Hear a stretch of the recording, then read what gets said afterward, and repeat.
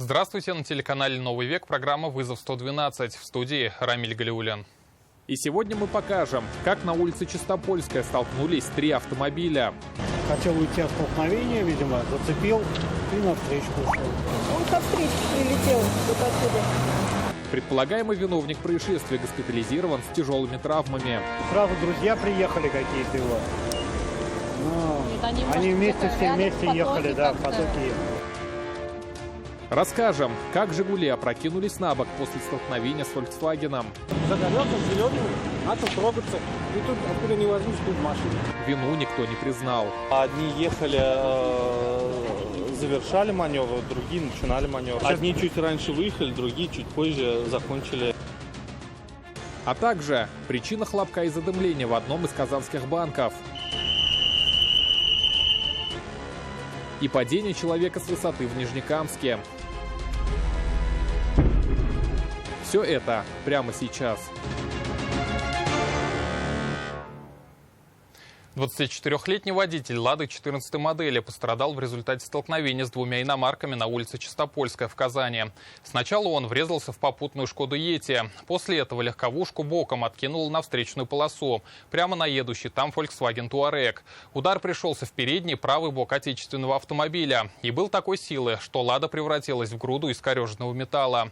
Значительные повреждения получил и Volkswagen. Внедорожник больше не на ходу. Предполагаемый виновник аварии был в сознании, но объяснить, как и почему произошло ДТП, не мог. У нас все уже, металлолом.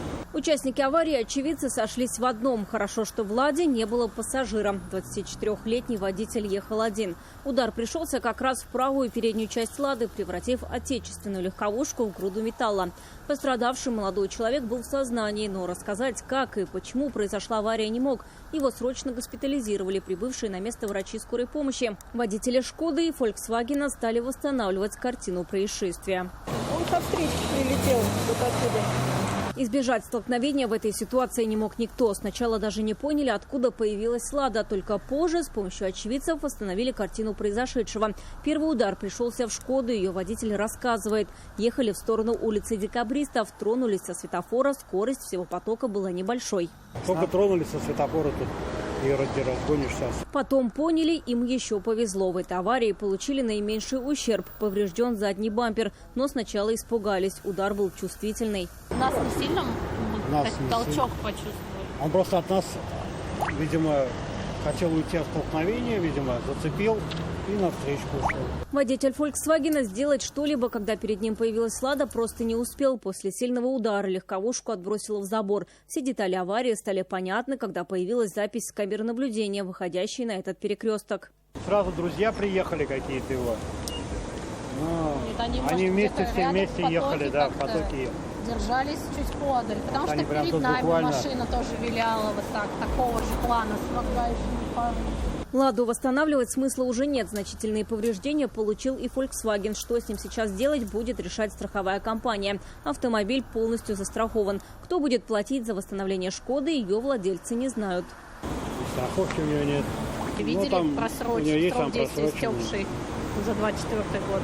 Виновным в аварии, вероятно, будет признан водитель «Лады». И вполне возможно, что именно на его плечи в конечном итоге и ляжет вся финансовая нагрузка за ремонт поврежденных машин. Вероника Гайнудинова, Анвар Шарифуллин, «Вызов 112». В то же самое время еще одна крупная авария произошла на перекрестке улиц Чуйкова и Мусина. В результате столкновения с Volkswagen Polo на бок опрокинулись «Жигули» 7-й модели. Грохот заставил обернуться всех, кто в это время был рядом. Очевидцы бросились на помощь водителю и пассажирке отечественного автомобиля. Из него тут же повалил дым. Людей доставали через лобовое стекло. Мы из вот этой машины достали мужчину и женщину через лобовое стекло, сняли аккумулятор, потому что машина начала дымиться. Первую помощь водителю и пассажирке отечественного автомобиля оказывали очевидцы. Рассказывают, грохот был такой, что нельзя было не обратить на него внимания. Они же и сообщили о произошедшем в оперативные службы. Медики осмотрели участников аварии. Тяжелых травм люди не получили, госпитализация никому не потребовалась. Вы по автобуске летели, что ли? Кто мы? Я не знаю. Не знаете? Я не видел. Я видел общую картину. А кто откуда летел? Ну, если он по автобуске летел, это 100% он виноват.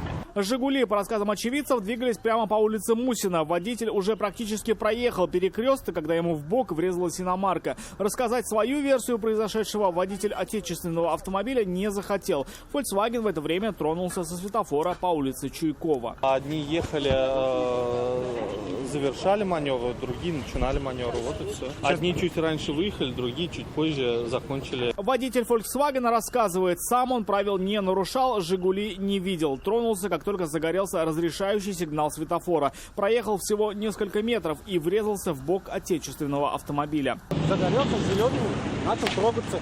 И тут, откуда не возьмешь, тут машина.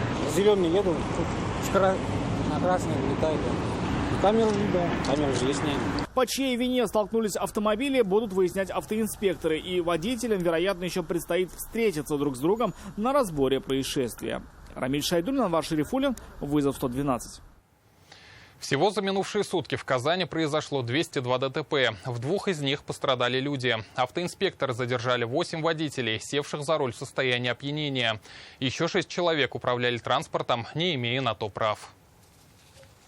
А в поселке Урусу автоинспекторы пытались остановить «Ладу», которая двигалась, грубо нарушая правила движения. Но водитель подчиняться не захотел и пытался скрыться в направлении Башкирии, при этом создавая угрозу другим участникам движения. Автоинспекторы применили табельное оружие.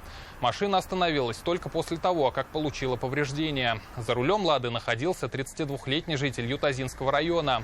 Он был в состоянии алкогольного опьянения. При этом мужчина раньше уже привлекался к ответственности за езду в нетрезвом виде.